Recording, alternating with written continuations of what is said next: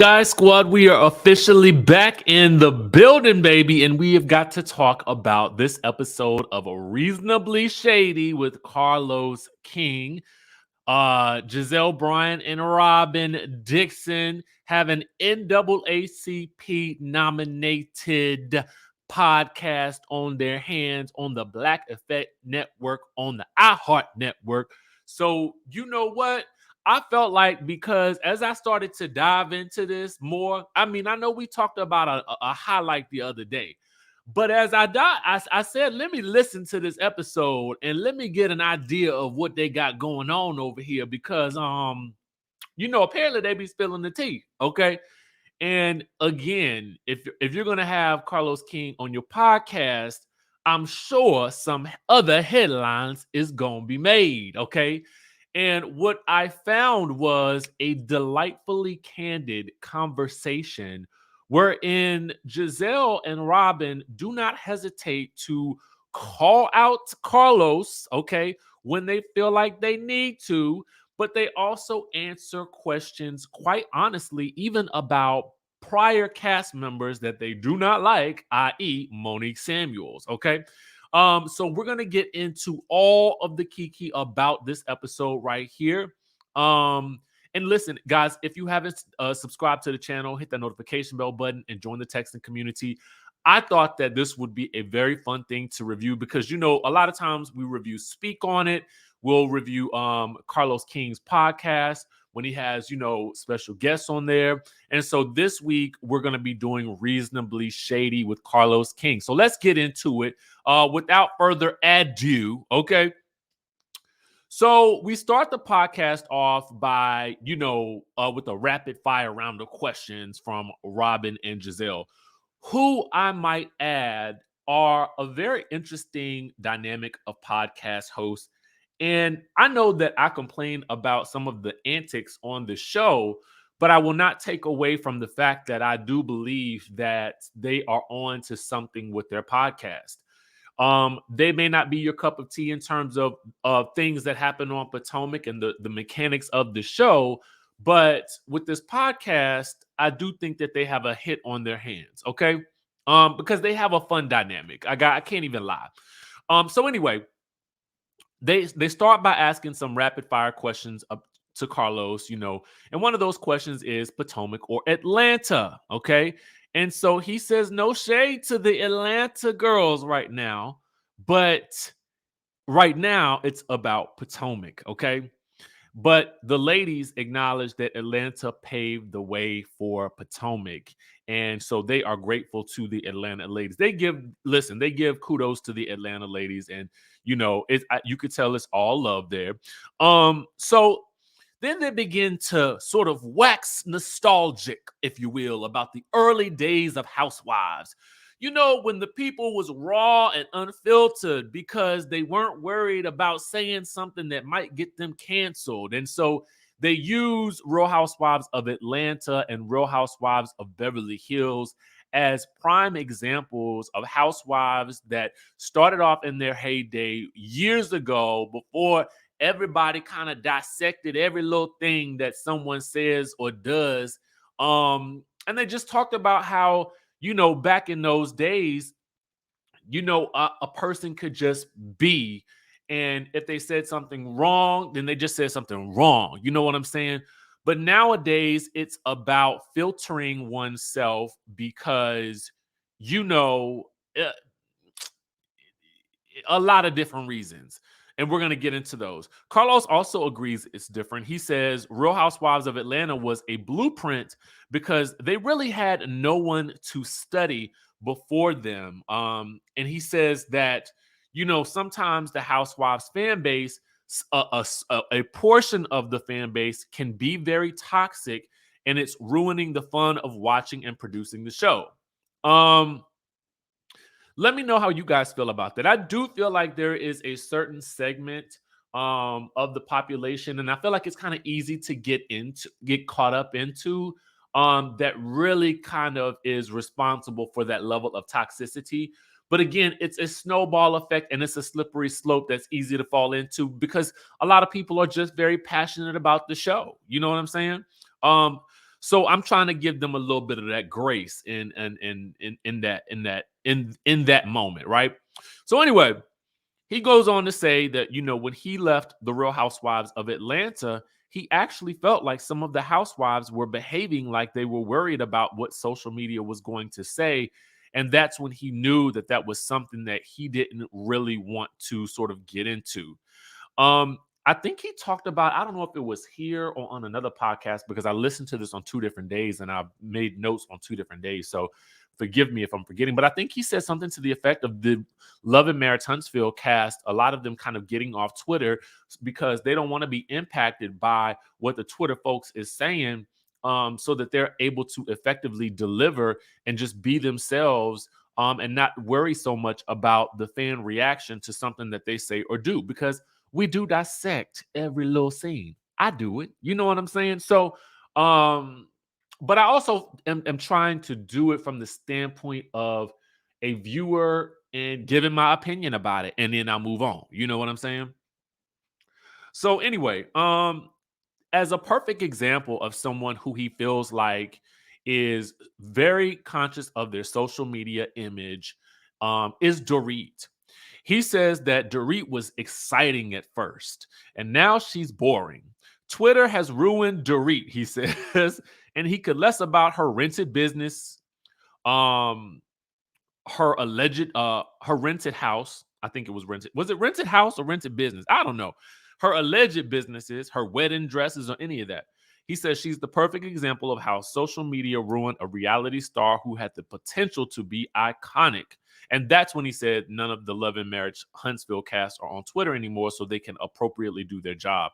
I'm sure that might be in and out on there, but in terms of letting it impact what they do on the show, I often, tell people or stars that I talk to as well, don't get too much into what people say about you. And I feel like, again, Gizelle has a pretty healthy relationship with how she manages her social media. It doesn't honestly seem like any of it really phases her, and she kind of goes about her business, collects her check, and keep it moving. Okay.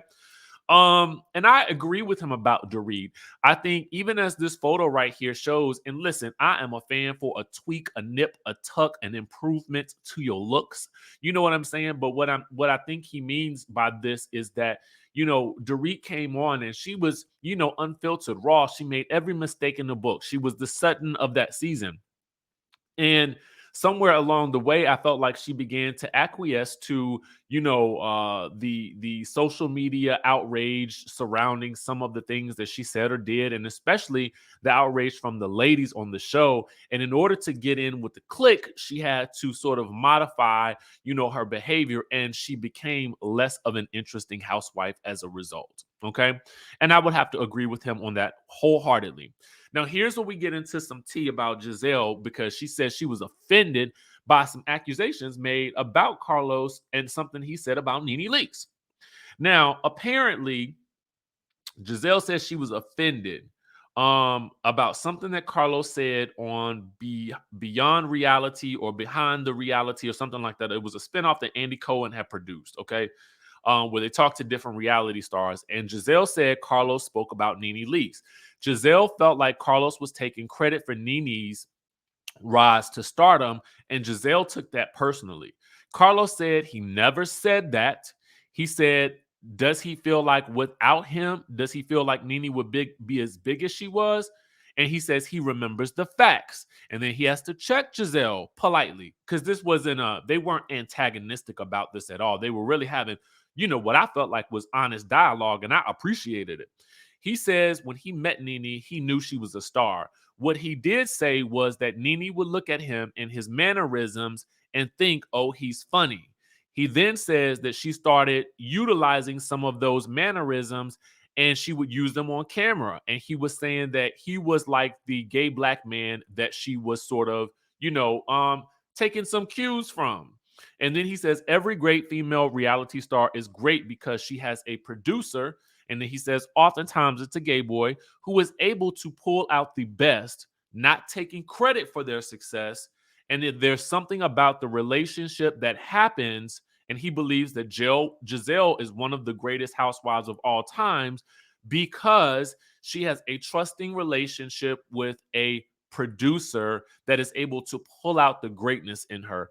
And I really thought that that was something that was very interesting, because I do think that there is this idea of having I can only tell you from my experience on Stripped, was that because I trusted my producer so much, and I felt had my best interest at heart, she was able to get things from me that I don't think that I may have given to anybody else. And so I think that's just across the board. You know what I'm saying? Male, female, anybody. It is the relationship between the producer and the reality TV star that can make something great. But that reality TV star also has to already have that special spark in them to really to have something. It has to be a pool of spark in order to pull out the greatness. Okay. And, Gizelle agreed. So they talk about this list of greatest housewives of all time. And I meant to show this slide when we were talking about the Nene of it all. But when we're talking about this list of the greatest housewives of all time, Gizelle also confronts him about not including Kyle Richards on that list, since she's been on Beverly Hills for so long. She's held that show together. And Gizelle took issue with the fact that Danielle Staub was on that list, who was only on for really 2 seasons full time. And, she's like, why? So Carlos says Kyle would be on the top 20 list. But then he says, name me one iconic thing that Kyle has done. I was like, ooh. And until Gizelle said Maurizio. And I was like, the women's love them some Maurizio Umansky. Okay. They love him some Maurizio Umansky. And I'm just like, I don't know. The man seemed high all the time to me, but if that's what you like, go ahead. Meanwhile, and then Carlos says Kyle Richards competing against the top 10, without Danielle, and the reason why he put her in that mix, he says without Danielle, nothing would have happened on the first 2 seasons of The Real Housewives of New Jersey.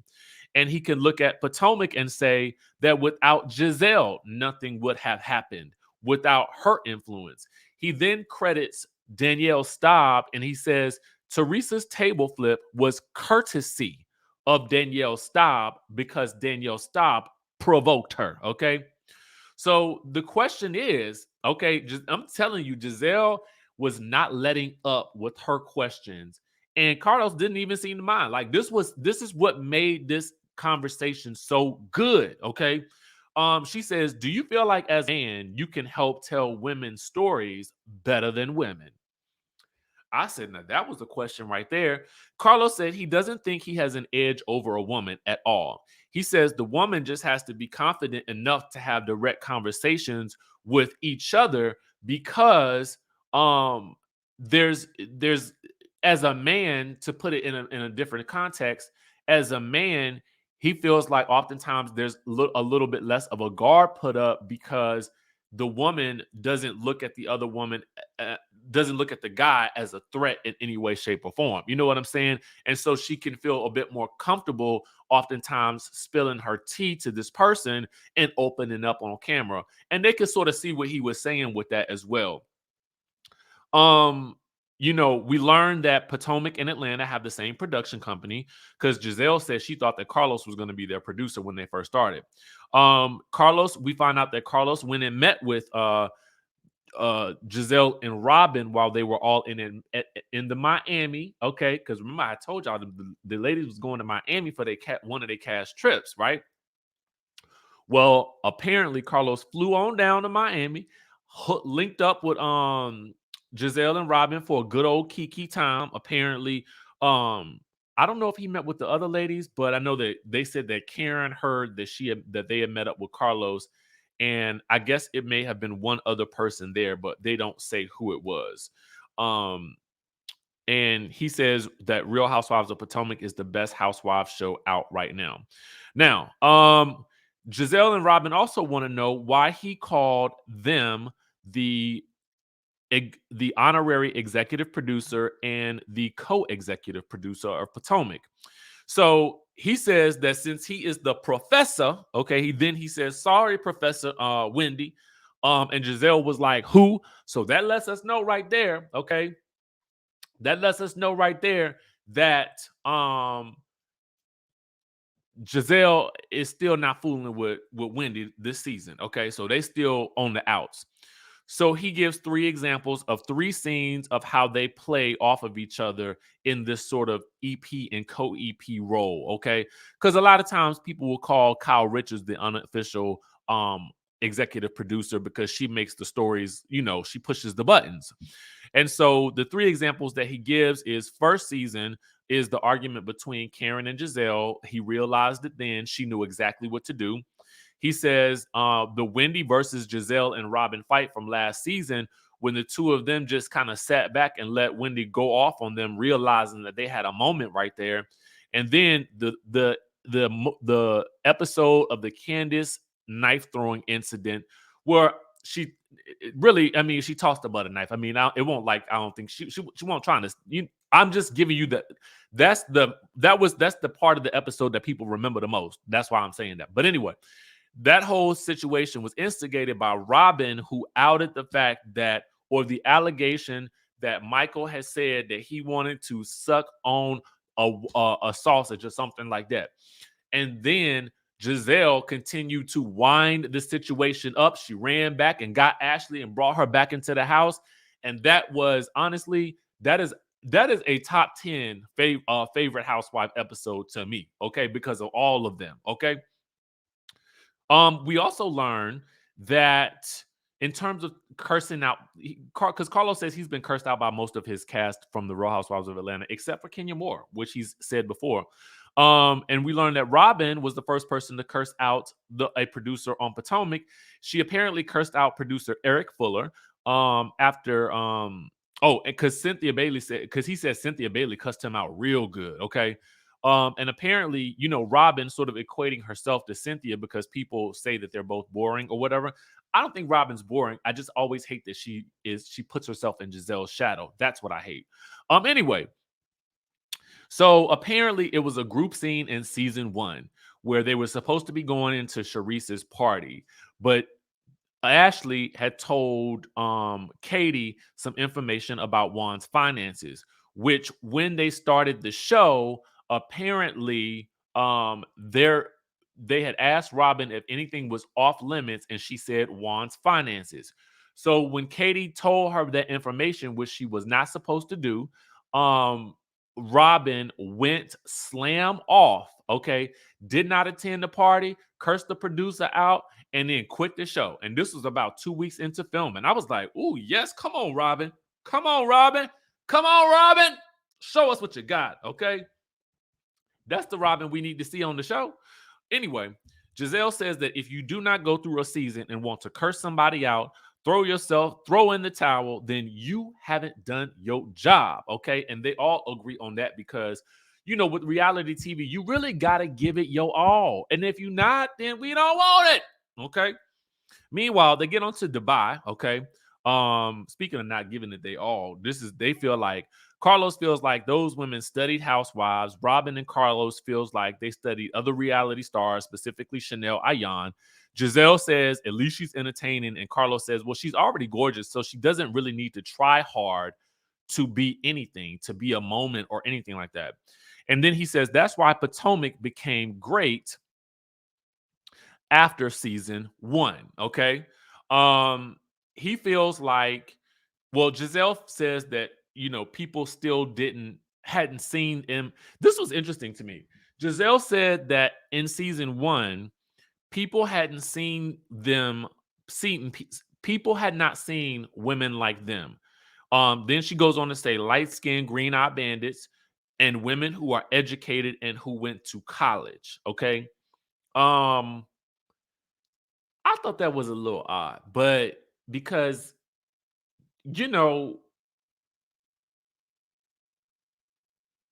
I mean, I know that one just struck me as odd because I thought it was presumptuous, but I don't know. Is it factual or is it more presumptuous? Anyway, she says that Bravo was confused as to what they were going to be because they were so focused on etiquette. Robyn said it was the addition of some people that he works with closely, okay, meaning Monique. And then Carlos is like, don't do it, don't do it. So anyway, we get to this segment where he can ask them anything, or what he would do differently in Potomac.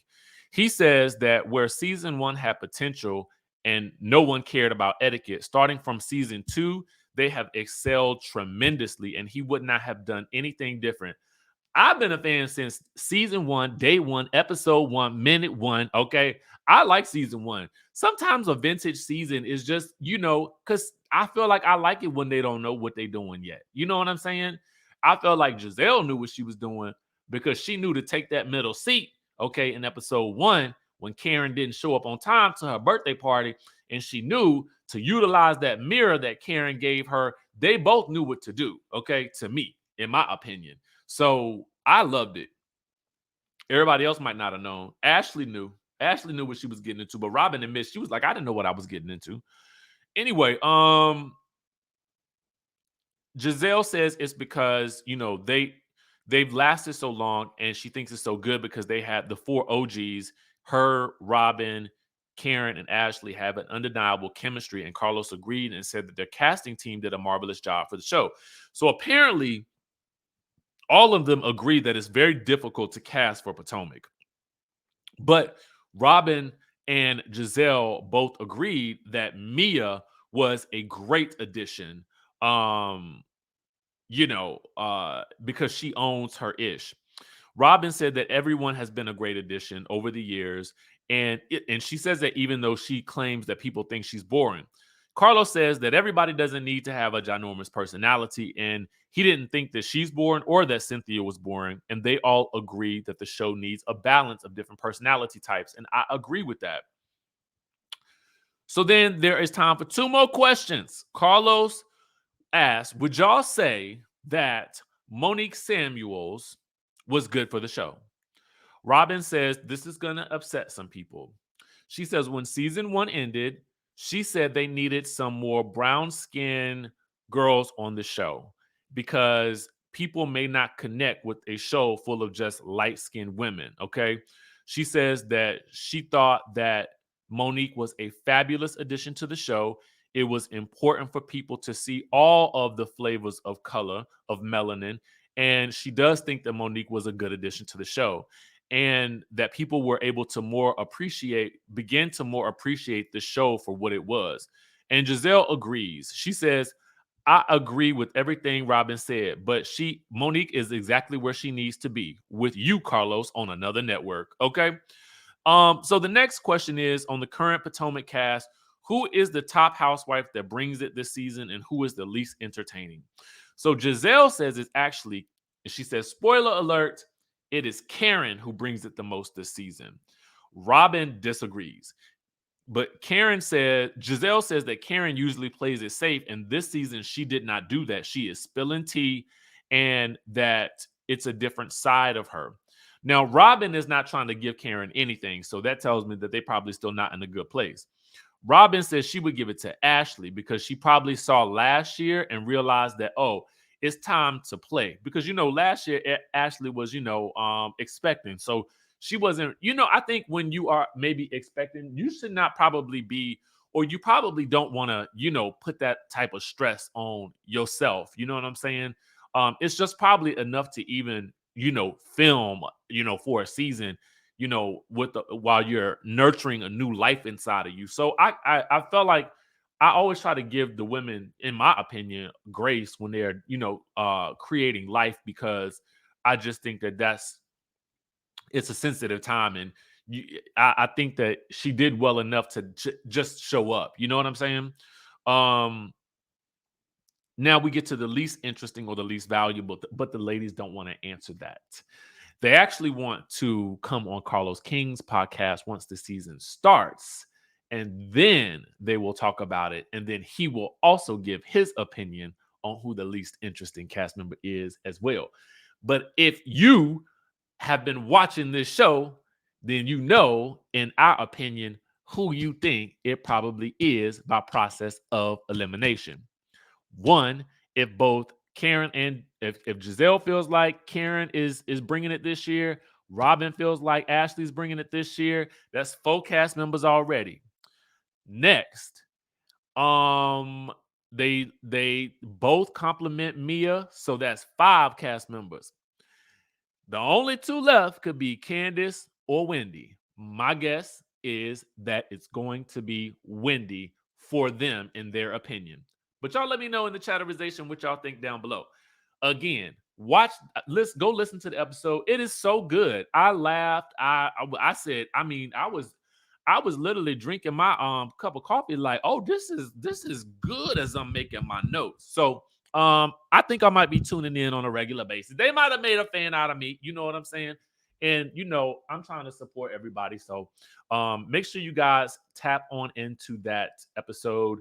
Get into it. It is really, really good. It's insightful, and I think you will thoroughly enjoy it. With that being said, guys, make sure you keep your subscription to this channel, and I will catch you in the next video.